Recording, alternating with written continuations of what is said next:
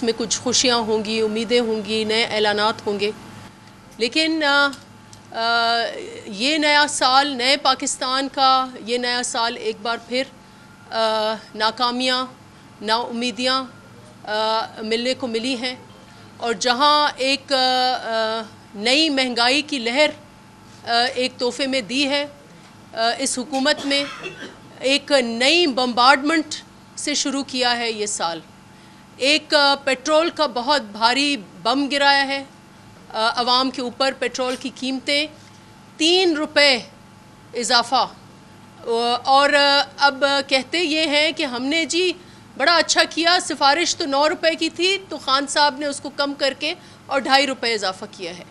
تو اس وقت آپ کا ایک نئے سال میں نئی مہنگائی کی لہر آئے گی، اور ایک اور آپ کو ان کی طرف سے آپ کو بدبخت حکومت جو ہے، ایک اور بم جو گرنے والا ہے، اس کے بارے میں بھی میں آپ کو بتا دوں کہ IMF کے تابعدار حکومت نے شاید یہ فیصلہ کیا ہے کہ ان کے کہنے پر ایک نیا منی بجٹ آئے گا۔ ایک منی بجٹ کا تو یہ آپ نے عکس دیکھ لیا کہ 3 روپے ایک ہی دن میں جو انہوں نے 31 دسمبر کو انہوں نے اضافہ کیا۔ بجلی کی قیمتیں بھی غالباً جو سفارش کی گئی ہے وہ 25% اضافہ ہونے والا ہے، اور 200 ارب کے نئے ٹیکسز جو سفارش کی گئی ہے، اور کیونکہ یہ تابعدار ہیں IMF کے تو یہ تو آنکھیں بند کر کے ہاں کر دیں گے۔ تو نئے سال کے ساتھ نئی مہنگائی کی ایک نئی لہر، اور اس کے ساتھ ساتھ ایک غم کی بھی نئی لہر۔ پہلے ہی دنوں میں آپ نے دیکھا کہ یہ جو تبادلہ ہوا ہے وزیر کا، جو وزیر داخلہ بن گئے ہیں ہمارے، ہونا تو ان کو وزیر حالات حاضرہ کا وزیر ہونا چاہیے تھا، تو ان کے آنے سے ایک بار پھر دہشت گردی کی بھی ایک نئی لہر اس ملک میں پکڑ چکی ہے۔ بہت افسوسناک واقعہ ہوا ہے بلوچستان میں، قابل مذمت۔ ہم سب دعاگو ہیں ان خاندانوں کے، کارکن خاندان، مزدوروں کے خاندان، جن کو سر عام ان کو اغوا کر کے ان کو گولیاں کا نشانہ بنا کر 11 مزدوروں کو شہید کیا گیا ہے۔ یہ نئے سال میں یہ واقعہ ہوا، اور پھر ادھر خود اس دارالحکومت میں بہت ہی افسوسناک اور دل خراش واقعہ کہ ایک طالب علم، ایک شاگرد جو اپنے امتحانوں کی تیاری کر رہا تھا، اس کو ایک بار پھر اسی اداروں نے نشانہ بنایا ہے جس نے ساہیوال میں بچوں کے آگے والدین کو قتل عام کیا، اور ان کا آپ نے دیکھا کہ اسمبلی کے فلور پر آ کر جو وعدے اور دعوے ہوئے ان کے اوپر یو ٹرن لیا گیا، اور جو بھی ملوث اس میں سرکاری افسران تھے وہ بری ہو چکے ہیں، اور اس وقت بھی یہ ان کے دعوے جھوٹے ہیں کہ اس پہ کچھ انصاف ہوگا۔ اور ہمیں یہ پتہ ہے، اس پہ مزید میری کولیگ بات کریں گی، پلوشہ بی بی صاحبہ جو میرے ساتھ ہیں، لیکن لگ رہا ہے کہ ابھی سے یہ سازش کی جا رہی ہے کہ اس بچے کا خون جو ہے وہ رائے گاں جائے۔ بہت افسوسناک یہ واقعہ ہے، اور یہ اسی لیے ہو رہا ہے، یہ واقعات اسی لیے ہو رہی ہیں، یہ مہنگائی کی لہر تو اس لیے ہے کہ یہ حکومت نااہل ہے، ناکام ہے، ترجمانوں کی حکومت ہے۔ لیکن جو وزیر داخلہ اپنے پورٹ فولیو پر کم اور پی ڈی ایم کے پورٹ فولیو پر زیادہ بات کرے، اور ڈیلی کی بنیاد پر آ کے ایک حالات حاضرہ کر بیٹھے کہ پی ڈی ایم کے لیے میری پیشن گوئی کے دیکھیں کیسے درست تھی، یا تو وہ نجومی ہیں یا تو یہ حالات حاضرہ کا پروگرام کرتے ہیں ڈیلی۔ ان کے ارد گرد کیا ہو رہا ہے یہ آپ کے سامنے ہے۔ جو حالت انہوں نے، ہم نے یہ کہا تھا کہ جو حالت انہوں نے ریلوے کے کھاتے کی ہے کہ جہاں ان کے زیرے انڈر ہز نوز 200 پاکستانی شہید ہو گئے، نہ وہ سگنلز ٹھیک کر سکے، نہ وہ ٹریکس ٹھیک کر سکے، اور کوئی ہفتہ ایسا فارغ نہیں تھا کہ ایک ریلوے کا حادثہ نہ ہوتا۔ اور اس وقت بھی جب سے وہ وزیر بنے ہیں ان کے تبصرے صرف پی ڈی ایم اور پی ڈی ایم پہ ان کی گفتگو ہوتی ہے، اور ڈیلی کی بنیاد پر آپ دیکھیں کہ کبھی دہشت گردی کا واقعہ کبھی کدھر ہو رہا ہے تو کبھی کدھر ہو رہا ہے۔ تو یہ اس وقت یہ وقت گزر چکا جب ہم کہتے تھے حادثہ ہو چکا تو خان صاحب کہتے تھے حادثہ ہو تو اس کے وزیر کو استعفیٰ دینا چاہیے. اب وقت ہے کہ پوری حکومت چلی جائے. کس وزیر سے لے کر ہم استعفے لیں گے؟ خان صاحب یہ کہتے رہے ہیں کہ میں قابلیت کی بنیاد پر وزیر بناؤں گا. اور قابلیت یہ ہے ان کی کہ حال ہی میں آپ نے دیکھا ہوگا کہ ایک رپورٹ بنی جو ہائی کورٹ پنجاب میں ہائی کورٹ لاہور کی بینچ میں وہ پیش ہوئی. وہ پیٹرولیم، جب اس ملک میں پیٹرول کی قلت تھی اس کی اوپر انہوں نے جب رپورٹ دی تو اس میں انہوں نے کہا کہ ایک انہوں نے ڈی جی ایسا لگایا ہوا ہے جو ڈنگروں کا ڈاکٹر ہے. تو جب آپ ڈنگروں کے ڈاکٹر کو آپ پیٹرولیم کا کھاتا دے دیں گے تو پھر پیٹرول کی قیمت کی قلت نہیں ہوگی تو کیا ہوگا؟ اور اسی طریقے سے سنا ہے کہ پمز میں آپ کے ڈاکٹر سراپا احتجاج ہیں، اور وہاں سنا ہے کہ آپ نے وہ بندے لگائے ہیں جو آپ کے ہیئر ٹرانسپلانٹ کرتے ہیں، میں نے سنا ہے. تو جب ویسے آپ اس قسم کی تعینات کریں گے، ایک ڈاکٹر جو آپ کی نبض چیک کرتا تھا وہ اس وقت معاون ہے، وہ کرونا کا انچارج آپ نے بنا دیا ہے. تو آپ کی اگر پشاور میں آپ کے مین ٹیچنگ ہاسپٹل میں آکسیجن اس کی زیر نگرانی غائب ہوئی ہے، جو آپ کی نبض چیک کرتا تھا وہ آج آپ کا معاون بن گیا ہے ہیلتھ کا، جو آپ کے ہیئر ٹرانسپلانٹ کرتا تھا وہ اب آپ کے پمز کے انچارج بن گئے ہیں، اور آپ کے ماموزاد اور چچازاد جو ہیں برکی صاحب وہ اب پوری کی پوری ہیلتھ کا نظام کو الٹا سیدھا کر رہے ہیں. تو یہ آپ کی تعیناتیاں ہیں. آپ کے اے ٹی ایمز جو ہیں، جو آپ کے بڑے بڑے اے ٹی ایم جنہوں نے آپ کے بینک بیلنسز جمع کیے ہوئے ہیں، ان کو آپ نے محکمہ زراعت دے دیے، اور آپ نے فوڈ سیکیورٹی کے کھاتے ان کو دے دیے. اور آپ کو پتہ ہے کہ چینی کی اور گندم کی قلتیں کیسے ہوئیں، وہ تو آپ کو مجھ سے زیادہ پتہ ہے. اور خود خان صاحب کی کیا کہ آئی ایم ایف اس وقت جو مہنگائی کی نئی لہر آ رہی ہے، تو آئی ایم ایف کے جو آپ نے جو تنخواہ دار تھے ان کو آپ نے اس وقت بٹھا دیا ہے. آپ کا پورا کے پورا فائنینشیل سسٹم وہ چلا رہے ہیں، اور وہی اسی آئی ایم ایف کے کہنے پر کوئی مہینہ ایسا فارغ نہیں ہے جس میں آپ قیمتوں کا اضافہ، تیل کی قیمت کا اضافہ ہو یا الیکٹرسٹی کی قیمت کا اضافہ ہو بلوں کا، یا گیس کی قیمتوں کا اضافہ ہو. کوئی ایسا مہینہ نہیں ہے جب ہم نے ان 3 سالوں میں نہیں دیکھا کہ یہ اضافہ در اضافہ. جب آپ آئی ایم ایف کے کہنے پر اپنے وزیر اور مشیر اور اسٹیٹ بینک کے گورنر لگائیں گے تو پھر ملک کا یہ حشر ہوگا. اور خود وزیر اعظم کے لیے کیا کہنے؟ وزیر اعظم صاحب ایمنسٹی اسکیم میں جرمانہ بھر چکے ہیں. جو ایمنسٹی اسکیم میں جرمانہ بھرے تو وہ تو چور نکلا، اور ایک جرمانہ نہیں، ان کا گھر تجاوزات ہیں. آتے ہی پہلے 3-4 ہفتوں میں انہوں نے کیا کام کیا؟ انہوں نے اسلام آباد کیپٹل ٹیریٹری میں ہر غریب کا جو گھر تھا، جو اس کی جھوپڑی تھی، اس کو انہوں نے گرایا، اس کو انہوں نے بلڈوز کیا. اور خان صاحب وہ واحد شخص ہیں جس کے اوپر ایک نیا قانون بنا، اسلام آباد کیپٹل ٹیریٹری کے بائی لاز بنے، اور انہوں نے 12 لاکھ جرمانہ دے کر اپنے بنی گلا کی تجاوزات جو ہیں وہ بچائی ہیں. یہ حالات ہیں اس ملک کے اس نئے سال میں. مزید میری بہن بات کریں گی. جہاں تک پی ڈی ایم کی بات ہے وہ آپ کے پاس آپ کے سوالات پہ میں زیادہ اس پہ بات کروں گی، لیکن پی ڈی ایم کٹھی ہے، ایک ہے، اور آپ کے اتحادیوں میں دراڑیں ہیں. آپ کے اتحادی کچھ ہمارے پی ڈی ایم کے سٹیج پر ہیں اور کچھ انشاءاللہ نئے سال میں آئیں گے. جی پلوش. بہت شکریہ.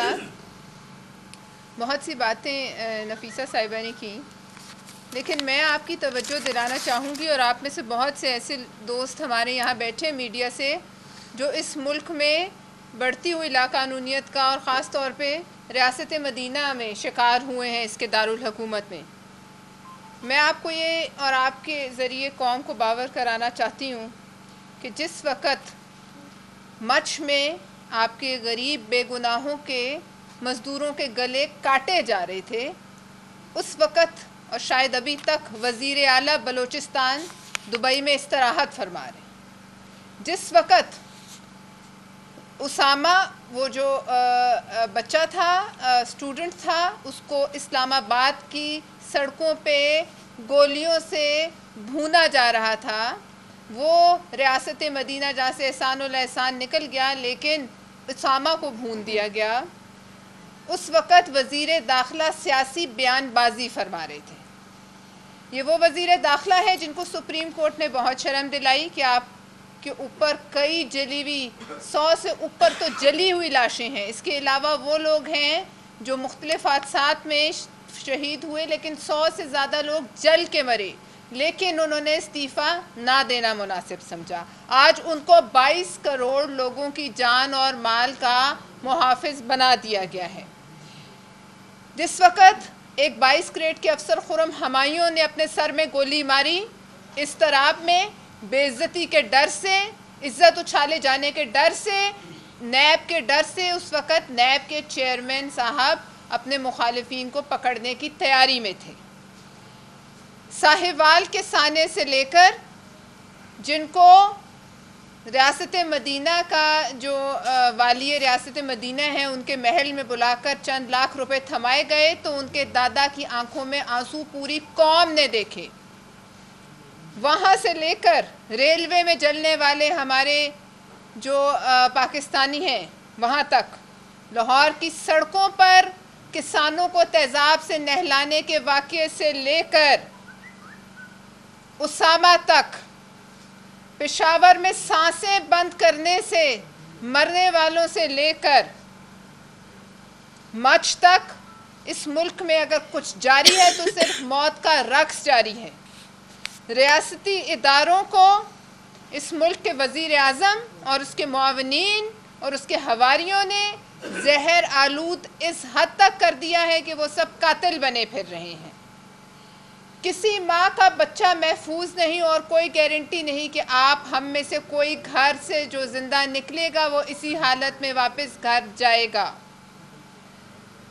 ہم ان حالات میں اپنی جدوجہد تو کریں گے لیکن ہم اس ملک کے منصف اعلیٰ سے گزارش کرتے ہیں، اس ملک کے منصف اعلیٰ سے اور عدالت عظمیٰ سے گزارش کرتے ہیں کہ جناب منصف اعلیٰ آپ سے ساہیوال کے جو مقتول ہیں ان کی روح انصاف مانگتی ہے، آپ سے خرم ہمایوں کی روح انصاف مانگتی ہے، آپ سے اسامہ ستی کی روح انصاف مانگتی ہے، آپ سے مچھ کے وہ غریب لوگ جن کی جیب میں شاید اتنا کرایہ نہیں کہ وہ مچھ سے کوئٹہ آ سکیں، اسلام آباد اور یہاں تو آنے ان کے لیے ان کے جو لواحقین ہیں ان کی سوچ سے باہر ہیں، مچھ کے لوگوں کی روح آپ سے انصاف کی طلبگار ہے۔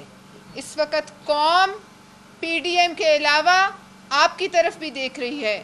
ہماری چیف جسٹس صاحب سے گزارش ہے کہ یہ موت اور خون کا کھیل بند کروایا جائے۔ سارا دن سرکاری بھونپو بچتے ہیں، سارا دن آپ کی ہماری اور قوم کی سماعتوں پہ ہتھوڑے برساتے ہیں۔ یہ سرکاری بھونپو کبھی اپنی اور اس ملک کی حالت زار پر ایک لفظ نہیں کہتے۔ وزیر خارجہ لا علم ہے کہ ہر ماہ 600 کے قریب پاکستانیوں کو مختلف ملکوں سے نکالا جا رہا ہے، لیکن وہ بیٹھتا ہے اور بات کرتا ہے تو صرف مخالفین اور پی ڈی ایم پہ۔ کیا تمہارا یہ کام ہے؟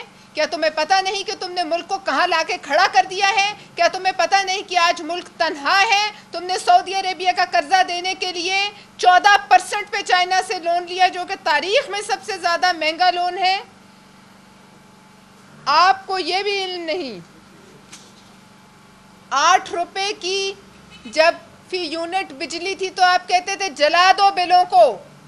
آج بتائیے 25 روپے پہ ہم کس کو جلائیں؟ قوم جا کے بنی گالا کا محل جلائے کیونکہ وہ چوروں ڈاکوؤں کی آماجگاہ ہے۔ یہ حکومت نہیں، یہ ڈائن ہے جو اپنے بچوں کو بھی کھاتی ہے۔ لیکن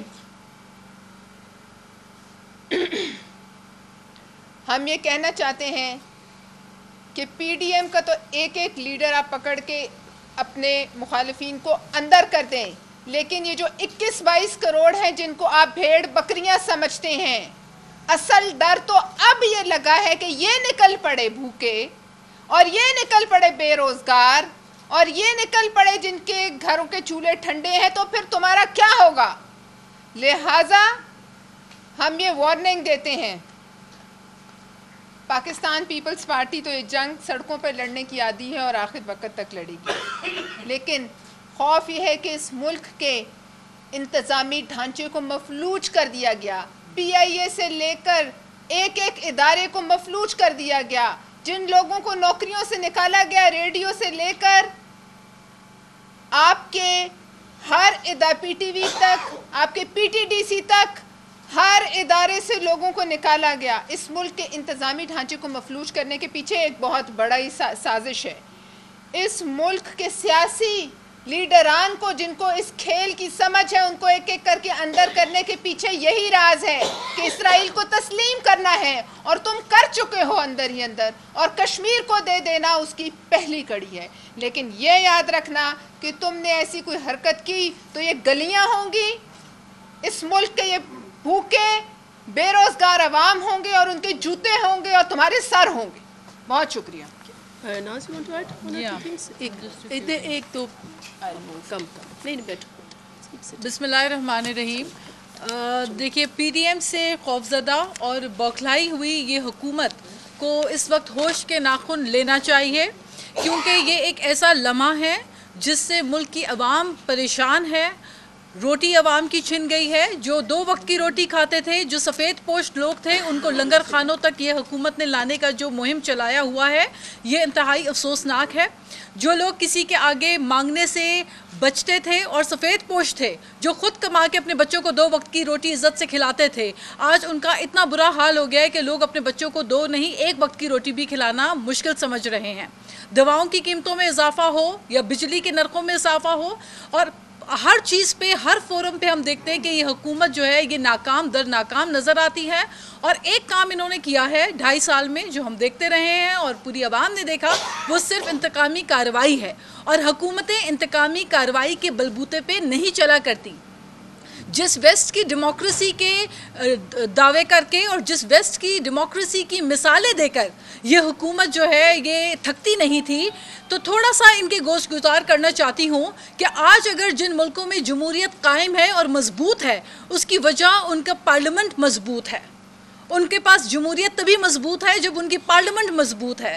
یہاں پہ کئی ماہ گزر جاتے ہیں، وزیر اعظم صاحب پارلیمنٹ تشریف نہیں لاتے. بجلی مہنگی ہو، چینی چوری ہو جائے، آٹا گم ہو جائے، ہمیں وزیر اعظم نظر نہیں آتے پارلیمنٹ کے اندر. پھر آپ بات کرتے ہیں مہنگائی کی، ہم انفلیشن کی بات کرتے ہیں. 5.8% پہ ان کو گروتھ پہ ملک ملا. یہ کہتے تھے کہ وہ چور، ڈاکو، ڈکیت اور لٹیرے تھے. آج -1.5 پہ ہماری جی ڈی پی جا چکی ہے. تو یہ خود بتا دیں، خود تجویز کر لیں کہ اب ان کو کس نام سے بلایا جائے. پھر ہم مثال دیکھتے ہیں، ہمارے ساتھ ہی افغانستان ہے، جہاں پہ اس وقت بھی اگر آپ دیکھیں تو یہ حالت کئی دہائیوں سے افغانستان حالت جنگ میں رہا. اس کے باوجود افغانستان کی جی ڈی پی ہم سے بہتر ہے اس وقت. اس کے باوجود وہاں پہ غربت اور بے روزگاری اور انفلیشن کی سطح ہم سے کئی گنا بہتر ہے. تو پھر کیا وجہ ہے کہ یہ حکومت اپنا کام تو کرتی نہیں اور صرف دوسروں کو گالیاں دے کر، الزام لگا کے، این آر او نہ دینے کے دعوے کر کے 2.5 سال انہوں نے جس طرح گوائے ہیں، مزید ان کو ایک دن بھی، میں سمجھتی ہوں اس حکومت کو اگر یہ چلتی رہے گی تو عوام جو ہے وہ اپنے نوالے عوام کے کم ہوتے جائیں گے.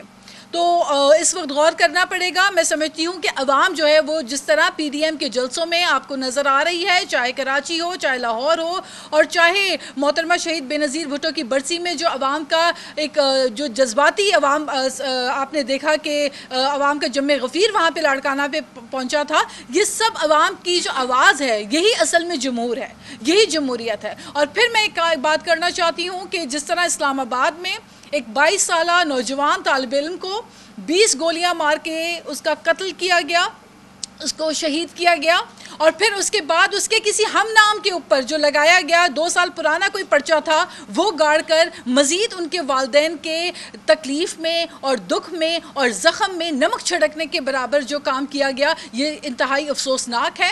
اور ہم چاہتے ہیں کہ نہ صرف اس معاملے کی تفتیش ہو، تحقیق ہو، لیکن ہم چاہتے ہیں کہ ان سوال کے جواب ہمیں حکومت دے کہ کیا وجہ ہے کہ ایک وزیر کی زمینوں میں یا اس کے باغ میں ایک گائے جانے کے اوپر، ایک گائے اگر کسی وزیر کے باغ میں چلی جاتی ہے تب تو آئی جی برطرف ہو جاتا ہے، لیکن لاہور میں رنگ روڈ میں واقعہ ہوا اس کے بارے میں ہم جاننا چاہتے ہیں کہ کیا معاملات پیش رفت ہوئے، کس کو برطرف کیا گیا، سی سی پی او کو برطرف کیا گیا تو اپنے معاملات کے اوپر برطرف کیا گیا، عوامی ایشوز کے اوپر برطرف نہیں کیا گیا. پھر ساہیوال معاملے کو ہم اٹھا کے دیکھتے ہیں تو ساہیوال واقعے میں والدین کو بچوں کے سامنے قتل کیا گیا، بے دردی سے سفاکی سے قتل کیا گیا. کئی دن تک پارلیمنٹ کے اجلاس میں فردن ایک شخص نے اس پہ غم و غصے کا اظہار کیا اور ہمیں وعدہ کیا گیا حکومت کی طرف سے کہ اس پہ مکمل طور پہ تفتیش ہوگی، لیکن آج تک انصاف نہیں ملا اس فیملی کو. اسی طرح کل کا یہ جو 2 دن گزشتہ جو واقعہ ہے اس کے اوپر بھی ہم چاہتے ہیں کہ عدالتیں اس کا بالکل جس طرح نوٹس لیا ہے اس کے اوپر نہ صرف تحقیقاتی کمیشن مکمل اپنا کام کرے بلکہ ہمیں اس کا جو واقعتاً جو اس کے ریزلٹس ہیں، نتائج ہیں، وہ ہمارے سامنے آنے چاہیے. شکریہ. ڈاکٹر صاحب یہ فرمائیں کہ مولانا فضل الرحمان صاحب نے لاہور میں پریس کانفرنس کرتے ہوئے کہا کہ لانگ مارچ کی منزل اسلام آباد یا راولپنڈی ہو سکتی ہے، لیکن بلاول صاحب نے جو ٹھٹھا میں پریس کانفرنس کی انہوں نے کہا کہ پی ڈی ایم کو تجویز دوں گا کہ وہاں پہ جا کے دھرنا دے جہاں عمران خان نے افارہ چوک میں دیا تھا. کیا وجہ ہے کہ آپ لوگ جو ہے وہ پنڈی جانے سے گریزاں کیوں؟ دیکھیں ملک میں اس وقت ہر صوبے میں احتجاج ہو رہے ہیں، ہر صوبے کے کیپٹل میں احتجاج ہو رہے ہیں.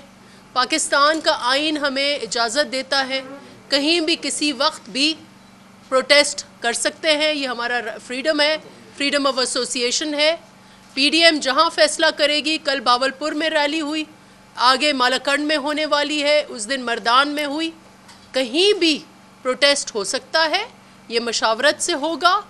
ہر جگہ جو ہے اس ملک میں پاکستان کے 20 کروڑ عوام کی، جیسے میرے بہنوں نے کہا کہ انہوں نے نوالا چھینا ہے اور ان کی جیب کتری بھی کی ہے، اور اب اس بات پہ آ گئے ہیں کہ کبھی کسانوں کو یہ مار دیتے ہیں، کبھی شاگردوں کو اور طالب علموں کو یہ مار دیتے ہیں، اور پھر سر عام ہمارے کارکن اور مزدور جو ہیں وہ ان کو گولیوں کا نشانہ بنایا جا رہا ہے اس ملک میں. تو کہیں بھی پروٹیسٹ ہو سکتا ہے، کسی بھی ٹائم پر پروٹیسٹ ہو سکتا ہے. پی ڈی ایم جو ہے وہ مل کر فیصلہ کرے گی کہ کہاں، کب اور کیسے لانگ مارچ ہوگا. یہ بتائیے کہ پاکستان پیپلز پارٹی اور پی ڈی ایم کے درمیان کچھ اختلافات بہت واضح دکھائی دیتے ہیں. پیپلز پارٹی پہلے کہتی ہے کہ استعفے دیں گے، پھر کہتی ہے کہ استعفے نہیں دیں اور دن کے الیکشن میں حصہ لیں، اس سے یہ زیادہ پھیلا. اور جب یہ حالات سامنے آتے ہیں تو پھر ظاہر سی بات ہے حکومت کو اسے اچھالنے کا موقع ملتا ہے، جیسے فردوس عاشق اعوان یا شہباز گل صاحب، اور ان کا آپ کو جواب نہیں دے پاتے.